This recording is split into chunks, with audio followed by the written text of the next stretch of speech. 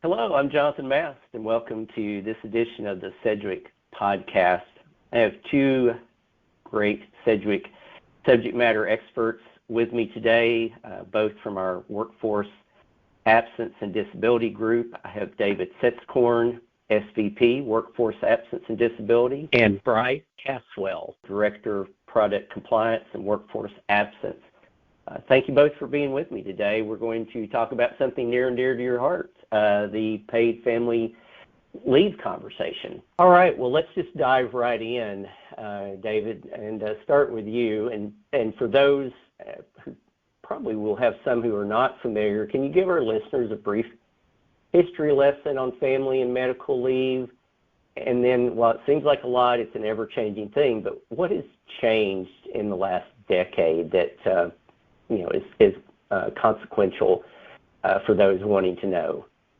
Yeah, and it's really interesting because the whole concept of statutory disability and paid family leave has actually been around a lot longer than most people realize. It's got a lot in the conversation in the last 10 years, but the reality is that statutory disability insurance actually started back in the 1940s. Believe it or not, Rhode Island was the very first state to create a national disability program, followed very quickly thereafter by California in 46, and then the originals, New Jersey, New York, Puerto Rico, Hawaii, all came online. It wasn't until the early 2000s where California really kind of ushered in the start of the modern paid family medical leave era. And those six legacy states and commonwealths that we talk about had put in programs that dealt with statutory disability and paid family leave, but they were separate entities. So you had one for disability and then one to, take care of certain qualifying conditions under the paid family leave. And not all states did that right away. What's really changed within the last 10 years or so is that we've seen a new breed of statutory programs that kind of started in Washington, where paid family medical leave became an integrated benefit, meaning we no longer had a statutory disability and a statutory paid family leave. It was one benefit that allowed employees to choose, do I need disability, do I need paid family leave?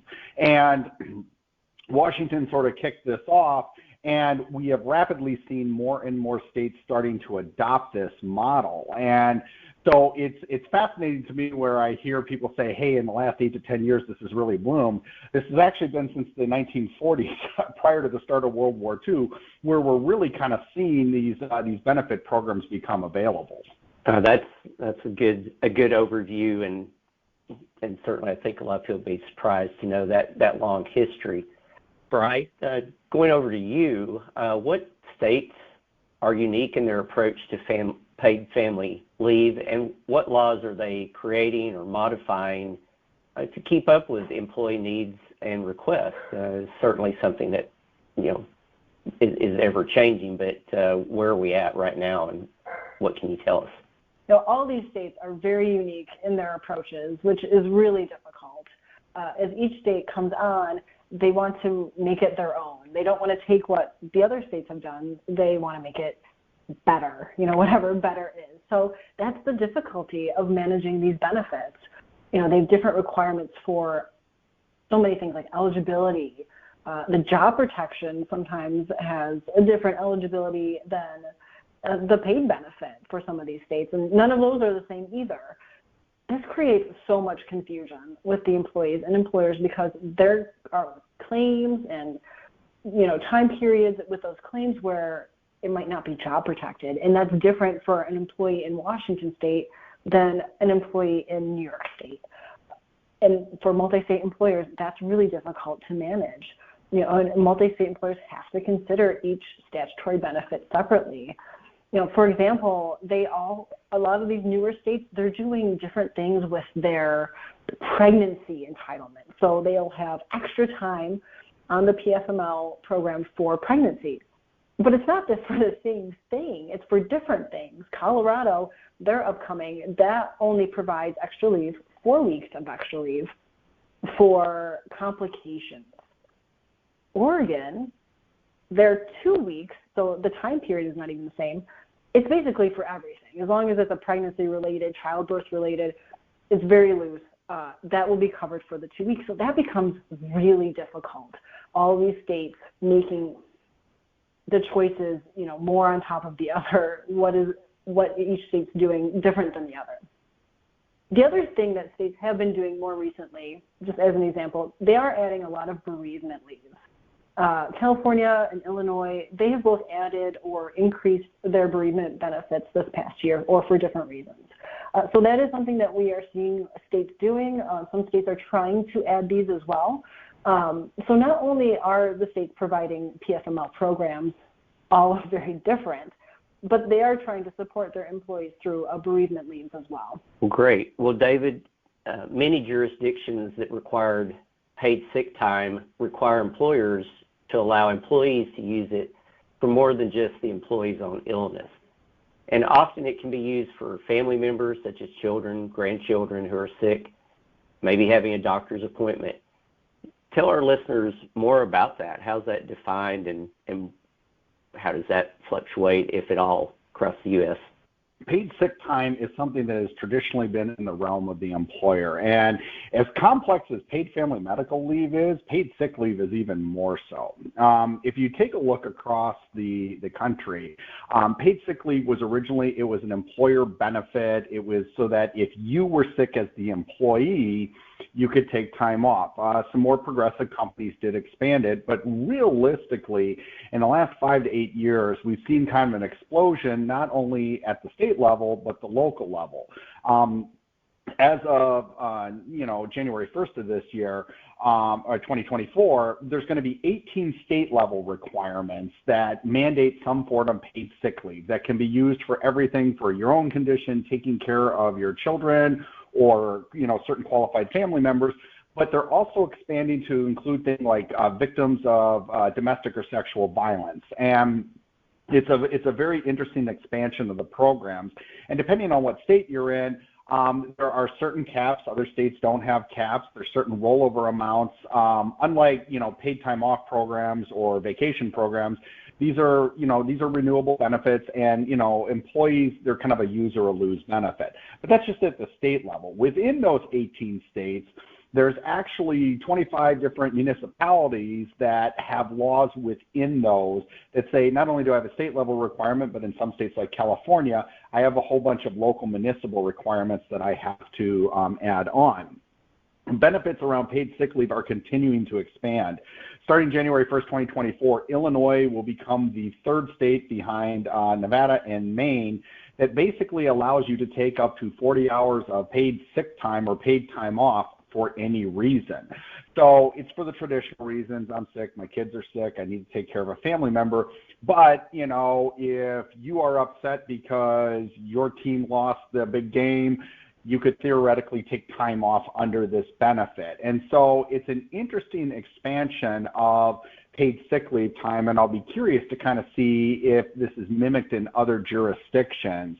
And as these jurisdictions like Maine is getting ready to enact paid family medical leave in 2026, it'll be interesting to see if they modify their paid sick time requirements. So for employers, this becomes a challenge very similar to the paid family medical leave, because if you have employees who are scattered all over the United States, or you're operating in these jurisdictions, as well as employees who are not in these jurisdictions, the opportunity to develop a unified single paid sick time policy becomes very challenging just because of the way the different states and municipalities set things up.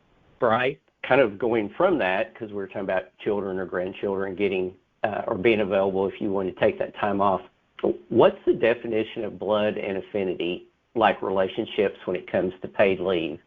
Does it differ by state, and what does this mean for employers?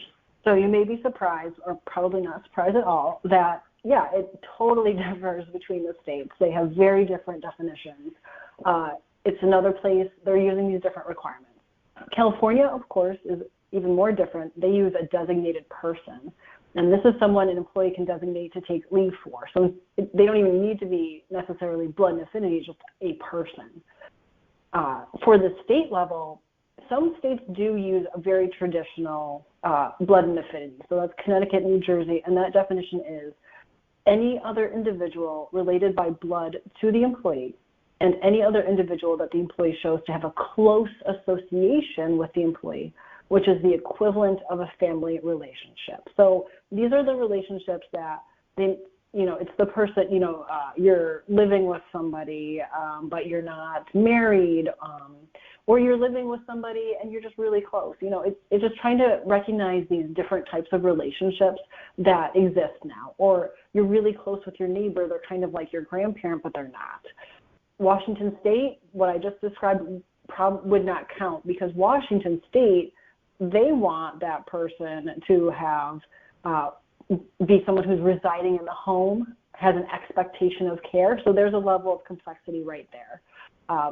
Oregon, they've used a very similar definition to the Connecticut and New Jersey.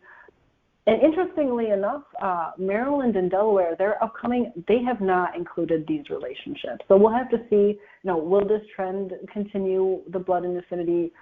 Is it only certain states? But it is, of course, just another place where the states are all different. And so we have to know what the qualifications for this relationship, if the employee will be able to take leave for those relationships.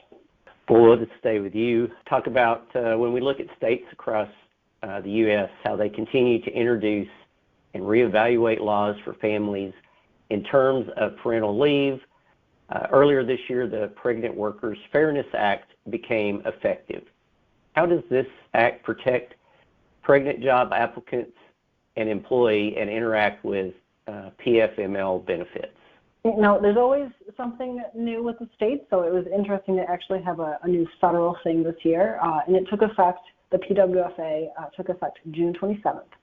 And it really was trying to create something that was outside of the Americans with Disabilities Act to really provide protections for pregnant women, employees affected by pregnancy and childbirth. So under PWFA, that requires accommodations regardless of whether the employee is disabled within the meeting under the ADA or a similar state law. So that's what they really wanted to make sure, is to give those rights to the pregnant employees when they weren't already covered under the existing framework of the ADA.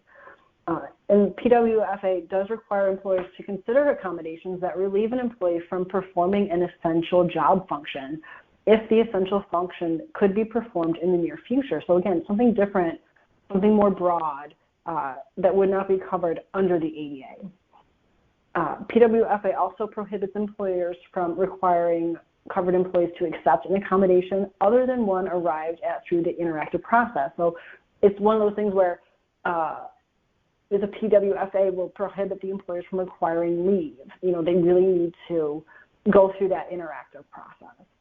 But you have to also remember that the PWFA and all these kinds of accommodation leaves, they're going to apply after the employee has exhausted, their state paid leave benefit. That's when we're going to look at if they're going on leave, a leave under the PWFA. So with those growing number of states that have the PFML laws that provide greater length of leave than FMLA, now employees may be able to use more leave for their pregnancy disability through PWFA. It is important to note that bonding is not covered under PWFA. That's only going to be a benefit they can get through their state PFML or other FMLA, other job-protected leave programs. So the employee will only receive that type of leave if it's available to them under FMLA when they're taking bonding.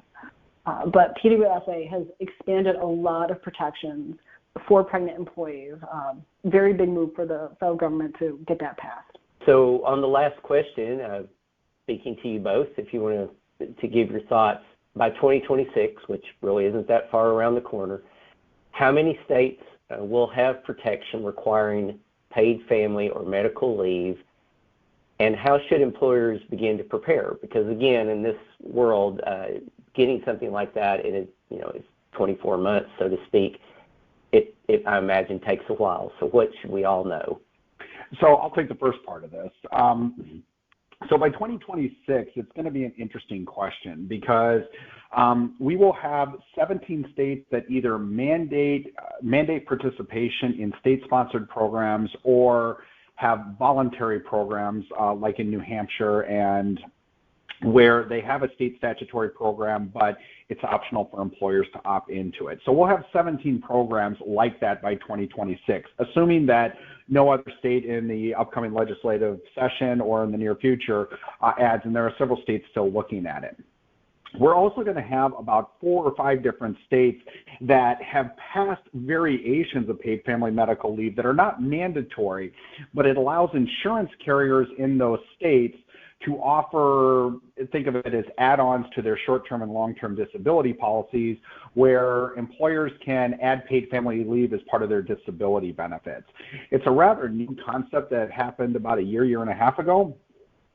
So we're waiting to see kind of how that takes off. But if you look at both of those programs, and everything remains as is, by 2026, we'll have almost 21 states that either have mandatory, voluntary, or some type of paid family medical leave add-on, which means over 40% of our country will have some type of protection that may be eligible to employees. And that's a pretty significant number, because at that point, that's usually where we start to see the other states come online or say, hey, we need to take a look at this to be competitive. Time will only tell how many more states are going to add on, but having 21 states having some type of program, that's a pretty significant number, and it's going to be really, really challenging for employers.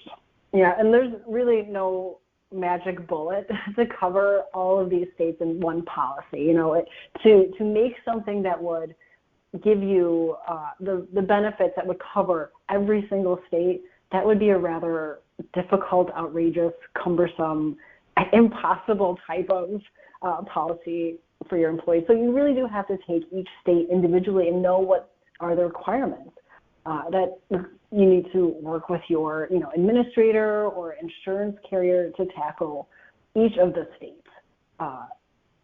So perhaps in the next year, make sure you have a solid footing on what states are already in play. Make sure everything is running as well as you can, because we're going to have an onslaught coming up in 2026. It's going to be really difficult to do 4 in 1 year and 3 at the same time going live. So that's going to be challenging for employers in those states. I did see rumblings and the federal government wanting to take this up again, trying to do some kind of federal program, which they acknowledge.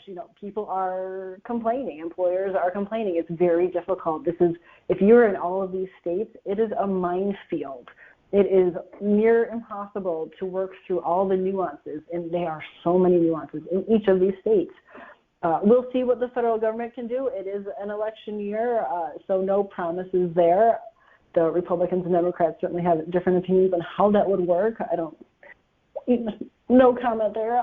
But we'll see what happens. A federal solution would help a lot, but so far we don't have it. So we have to take each state, take it as it is, and hopefully at some point get to calmer waters. If people are listening and want to know more, looking for how we can assist, what and where should they turn? So you can go to Sedgwick's website, www.sedgwick.com. We have a variety of resources out there that are available externally. For clients of Sedgwick, you can always reach out to your client services teams. We have, subject matter experts in statutory, compliance, everything else that are more than happy to reach out. But 2026 is going to be an interesting year because of the number of resources. So we strongly encourage employers to start, thinking about it now, as they get ready to start to set their benefit programs for the next couple of years.